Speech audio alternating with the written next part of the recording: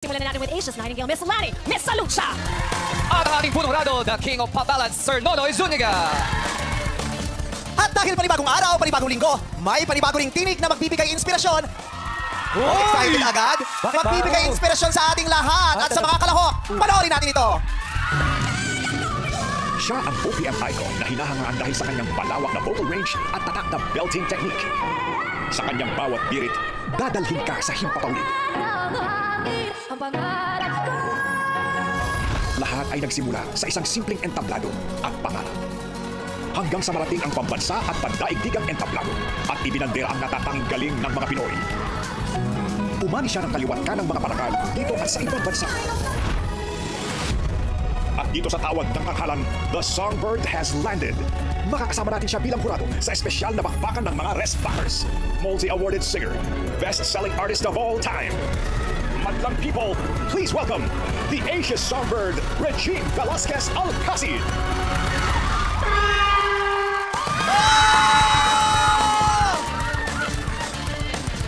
Welcome to Tawag ng Tanghalan, Miss Regine! Hello, ate! Ang taray siya, ang bago nating hurado sa ating espesyal na Grabe. edisyon ng Tawag ng Tanghalan. Ang bigat! Wait, hurado ako? Ano bang sabi akala sa'yo? mo? Akala ko kasali ako. Ay, Pwede, uuwi yung lahat. Oo. Uuwi yung 48. Sobra naman. Yes. Hello, Madam People! Grabe. Ano ba sinasabing multi-awarded singer, multi-awarded performer? Parang sobrang understatement. Parang, Tsaka wala kang ibang isip. Oo, hindi parang- ba? Oo, yun na yun. she is OPM. Yeah. I love Yeah. you. Di ba ha? She is OPM. Regine is OPM. Thank you Parang very lagi na she's an icon, she's a legend. But she is OPM. Yes. You are.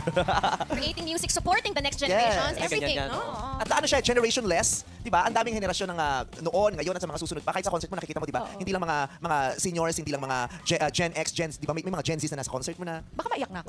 Repeat mo to actually. Ano naman yun? Pero alam mo naman natin, 'di ba? Mula nung nagsimula ang Tawag ng Tanghalan, napakaraming sumasali rito na ang panlaban ay mga awit mo. Oo nga. Thank you very much. Kasi I guess, alam mo nung time na nagsimula ako, hindi umaangat yung career ko kasi hindi ako uso. Hindi naging uso yung sound ko. And then, nung finally, parang nanalo ako ng Asia Pacific Singing Contest, for some reason, naging uso siya. Nung actually lumabas sumobrang sikat ni Whitney Houston, isa din yun. So, kaya ngayon, nagpapasalamat ako kasi parang ako na yung nagiging ganun. So, maraming salamat sa mga kumakanta ng mga kanta namin ni Lani. Ikaw ang pamantayan, ikaw ang standard. Hindi ako sure dyan, pero hindi ako sure, pero nagpapasalamat ako na kinakanta yung mga awitin na I had a privilege of singing.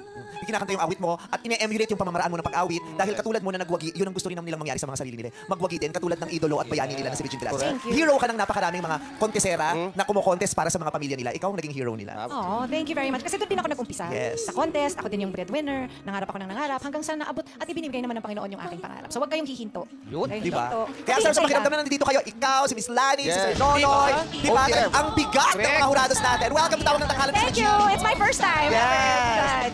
Parang masaya ka, bakit? Siyempre naman. Kumakariya ka na ba? Kumakariya, feeling close? Feeling close kay Regine? Ang ganda ka kasi. Crush ko siya. May asawa na yan. Ay, may asawa na. Oo. Asawa na. Tsaka hindi ba, Describe medyo- mo nga yung asawa mo. Matangkad. Anong height? Ay! Oh, paano yan? Paano yan? Wala sa rooftop. Wala ka na pag-asa. Nasa bulan. Wala ka na mag-asa, matangka to eh. Oo, pero magaling di ko mata asawa nito eh. Magaling sumulat ng kanta. Mahilig sumulat ng kanta, mahilig mag-perform sa mga party. Yeah. Malungkot yung kanta. Kahit na hindi party, sa kalagitnaan ng sayawan, Siyang tutugtog, bida. Nang tapos malungkot. nang malungkot, Oo. tapos uupo yung mga nagpa-party. Tapos nag-uwi na. Nag-uwi Tapos na. bubuksan yung ilaw. Bakit naman ganyan yung asawa mo? Nagtaka nga ako eh. Tapos wala si ate nung Sabado. Ngayon alam mo na, di ba? Kaputo ka ng party eh. Na. Biglang may kumanta, tumugtog. Bakit? Ala. Tapos sabi na, isa lang yan, okay lang. Tapos biglang, Nandi, deadly. Sa kanya, pangatong bumukas yung ilaw. Nag-concert? Nag-concert, sabi nung may pinatay ni Ogie yung part. Kasi okay ba yung asawa mo? Ba't naman siya ganun? Hindi ko nga din alam. Ba't ugali niya yung Pero ganun? ang importante, nakapag-promote ka na bago ka. Yes. Oo. Yun naman ang pakay niya. Tapos nung natapos yung party, nagtaka pa siya ba't uwian na. Nag-aaya pa sa bahay yung mag-swimming. Sweet. Nag-aaya mag-swimming. Bata ka? Nabitin sa inuman, nag-aaya mag-swimming. Oo, Ganyan. balik ka pa ng miyaya. Pero ito talaga ano, talaga sabi niya, kahit ibawas niyo na kasi wala tayong pera eh. Ibawas niyo na sa talent pico yung ano, yung para kay Regine okay lang. Diyos ko, papawasan niyo pa yun? Kulang pa. Napakagalante. Hindi, joke lang. Kulang yung talent nating buong host, yung gano'n. Pero we are very happy you're here. I'm very happy and very... Kasi wala tayong pera eh. Ibawas niyo na sa talent pico yung ano, yung para kay Regine okay lang. Diyos ko, papawasan niyo pa yun? Kulang pa. Napakagalante. Hindi, joke lang. Kulang yung talent nating buong host, yung gano'n. Pero we are very happy you're here. I'm very happy and very excited to be here and to hear you guys sing. Kinilig sila! Kaya naiiyak sila! Sabi ng mga kakanta, ano ba yan? Nung isang araw kakantayin ko Lani, nagpalit ako kasi nandiyan si Miss Lani. Mag-Regine ako ngayon, dumating si Regine. Ako kasi mag-Marco season.